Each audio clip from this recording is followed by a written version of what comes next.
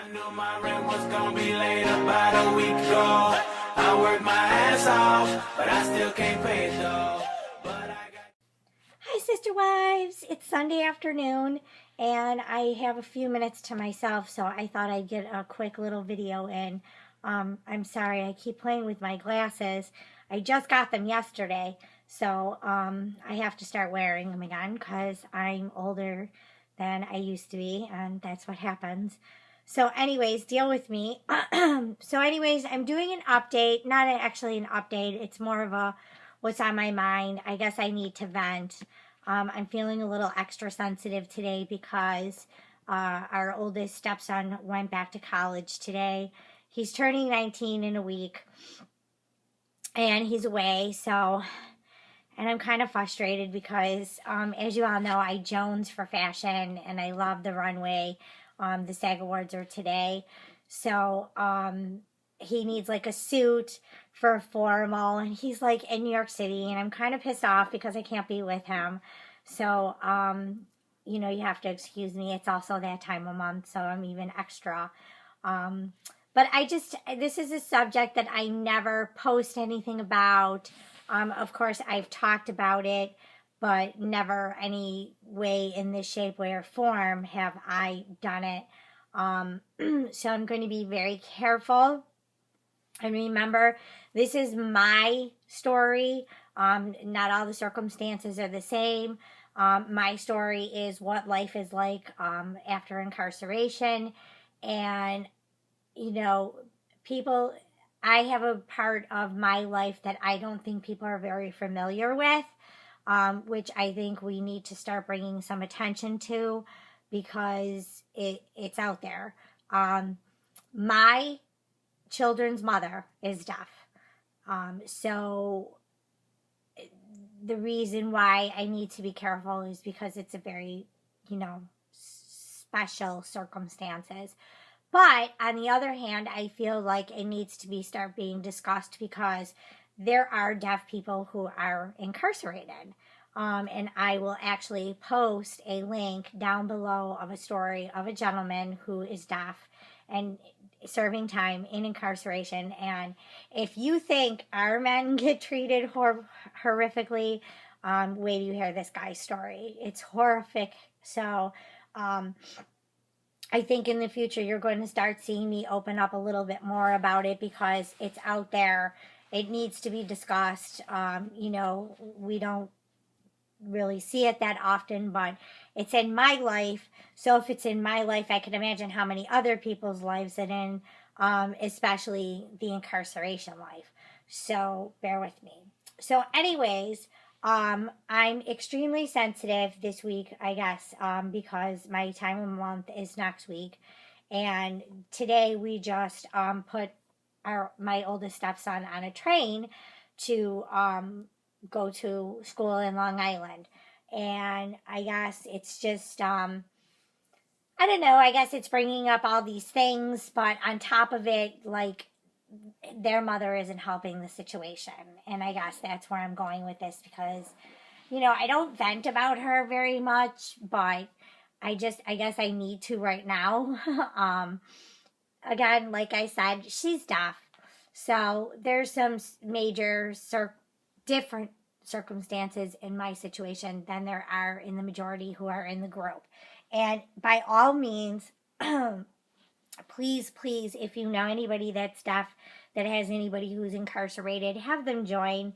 And, you know, maybe we can have a discussion on how to make things easier for them. You know, we can talk to Ro and Dee, but it's out there. So anyways, I don't know. She just is take. I don't understand. I mean, and by no means am I pointing fingers to anybody, but I just see so much of, I just don't understand why people have children. And look, my situation is different. I have a reason why I didn't have children. I got sick. I thought I was going to die. And at the age of 39 years old, I found out that wasn't going to happen. And I decided that was too late to have children at that time. And besides the fact that Mr. Sexy is fixed, I just feel like, now I'm 43. I'm not going to start now. And I didn't want to start while he was incarcerated.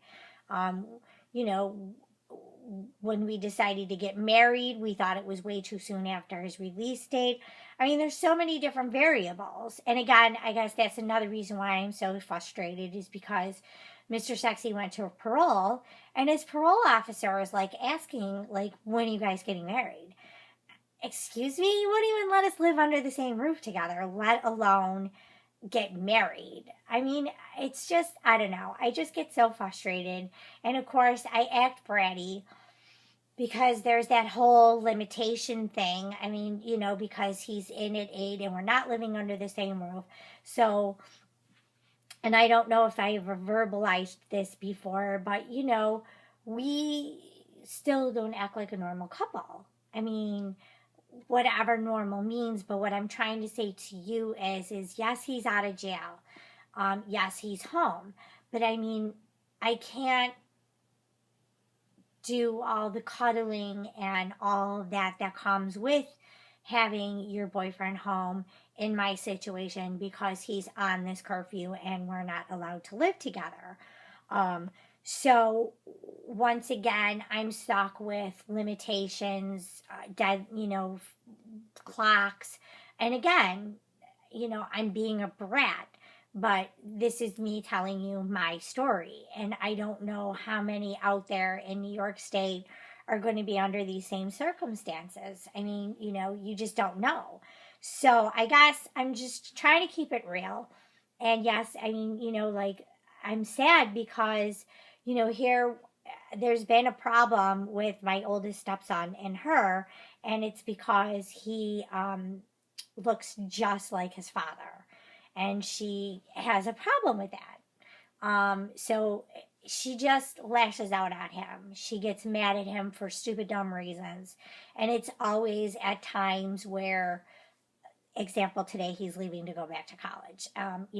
We believe, and of course we've had discussions with this, and I mean Mr. Sexy and I have had discussions with this.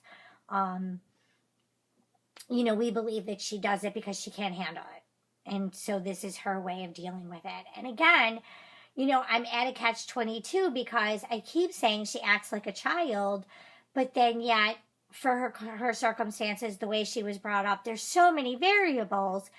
And I'm not trying to make up excuses, but this is the way she was raised. Shame on her parents. She's deaf. There's other underlining circumstances that are there alone. I mean, there's just so much. And again, yes, I'm acting like a brat. No, I'm not whining. I'm just letting you know that we all have our variables, our obstacles, and things are different in so many ways and shapes and places and things that you don't even know. So again, I get so frustrated because, again, then there's the whole communication thing. I mean, I do not know American Sign Language. Yes, it is on my bucket list. Now that things have calmed down, I mean, again, I'm sure you know this, my mother passed away 2 weeks ago on Thursday, so that's another reason why I'm emotional, and probably acting bratty. Excuse me, I'm dry again.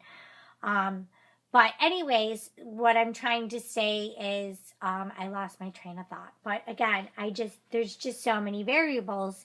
And the communication thing is huge. And of course, she's not allowed to talk to him, and they go through me because I'm done with them using the children. I mean, this has been going on since 2007, and this whole not speaking to one another thing has been going on since 2008. It's horrible. These kids have been through so much. It's not even funny. And I'm tired of it. I'm just really, that's another thing that we're having a discussion or misunderstanding, or I don't know, lack of, is the way that I treat the kids. I mean, I wait on them hand and foot. First of all, one, that's how I was raised. Two, they've been through enough. And three, I mean, she has her moments where she does absolutely nothing. So, and again, I'm not criticizing. I have my reasons for why I believe this. And look, I am a person where I firmly believes words mean nothing. I need action. You could say I love you. You could say I've adjusted this, that, and the other thing. If you continue to act the way you've been acting, problem. Actions speak louder than words. I live by that. I expect it. Words are empty. I'm sorry. That's who I am. It'll never change. It's just how I believe. I mean, look, I feel like everybody out there expects things, or not expects things, but does things by, the way I act and the way I proceed and blah, blah, blah. And I have to own up to it. So I expect exactly the same thing. And that's by everybody in my life. And that's the problem that I'm having, right now, both at work and in my personal life, because now it's just me and my sister. And my sister and I are so, so opposite. I mean, I'm a talker. I go and I get help. I have, a professional in my life. I come from a family with problems. My sister, doesn't want to talk about things, and that's okay. It's just, this is who I am. And, if I accept you for who you are, exactly how you are, I expect the exact same from that person also. So, anyways, I just wanted to, again, I'm not trying to shine any light on it or in any shape, way, or form, but, again, my circumstances are special. I mean, they're out there, again. And if I'm going through it, God knows how many others are going through it, and they don't want to bring it up. So it's a variable in my life, the deaf thing. And that's going to bring me on another note, because I don't know how many are out there. I'm going to start closed captioning my videos. So in case, anybody who does join the site, they can have that option. I'm looking into other options. And again, yes, I want to learn American Sign Language. It's going to be a challenge for me because she's a teacher. So I don't know, not that anything that anybody says about me has anything to do with it, or do I, any circumstances, believe that. But again, you're talking about children. And I'm sorry, I live by the code. Family is off limits. That's it. So I need to be extra, extra, extra careful, because she's deaf, and there's a trust issue there between deaf and hearing people. I don't care. Look, you have to remember something. I've been in his life for 30 years. I was there for their wedding. So some of these people that are associated with her and her culture, I've had in my life. I mean, my oldest stepson is going to be 19 years old. So this is probably, this little thing is 20 years old now. So they, yes, I was out of it for a long time, but it's there now. And it's been there since 2008. And it's going to be there until whenever we die, he walks away, whatever. So the deaf culture is a part of my life now too. So anyways, I'm going to let you go because I've rambled on enough and I've vented enough and I'm done being a brat. But yeah, I just, you need to know, like, it's not all peaches and cream. And, that's the funny thing about it this morning. We were laying on the couch and the poor honey, my Mr. Sexy, is injured from a snowboarding incident. So his right shoulder is killing him. And we got up early to drop off our kid this morning, and we had a few hours because he's running an errand, which is why I'm recording this real quick. So anyways, we were laying on the couch and I was laying on his chest, and he had his arm around me and I was just embracing it.